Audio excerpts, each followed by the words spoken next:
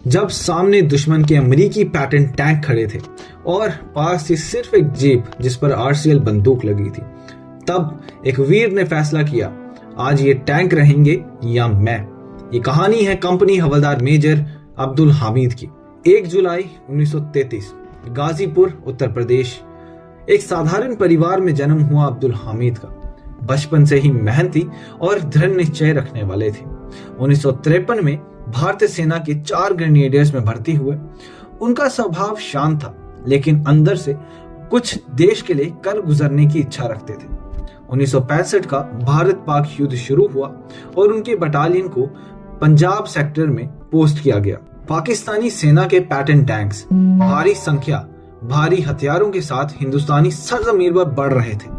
अब्दुल हामिद के पास थी 106 mm RCL बंदूक जो एक खुली जीप पर लगी थी।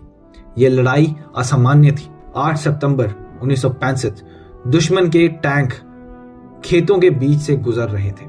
अब्दुल हामिद ने अपनी जीप को गन्ने के खेत में छुपाया, सही समय का इंतजार किया।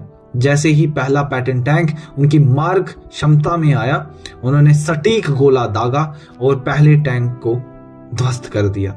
दुश्मन घबरा गया, लेकिन अब्दुल हामिद यहीं नहीं रुके।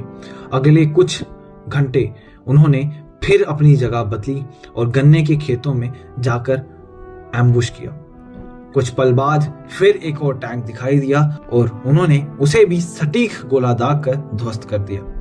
9 सितंबर को पहले से बड़ा हमला हुआ और इस बार उन्होंने 2 और टैंकों को उड़ा दिया। 10 सितंबर जब वो एक और टैंक पर निशाना लगा रहे थे, तभी दुश्मन का एक गोला उनकी जीप पर लगा।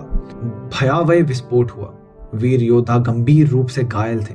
घायल होने के बावजूद उन्होंने अपनी आरसीएल गन से गोला दागा और एक और टैंक को ध्वस्त कर दिया। उनके साहस ने पूरे युद्ध का दायरा बदल दिया। असली उत्तर पंजाब के उस हिस्से में पैटर्न टैंक्स का शमशान बन गया। कंपनी हवलदार मेजर अब्दुल हामिद को उनकी असाधारण वीरता, अद्भुत निशानेबाजी और अतुल्य बलिदान के लिए मरणोपरांत परमवीर चक्र से सम्मानित किया गया। कभी कभी युद्ध हथियारों से नहीं, हौसले से जीते जाते हैं।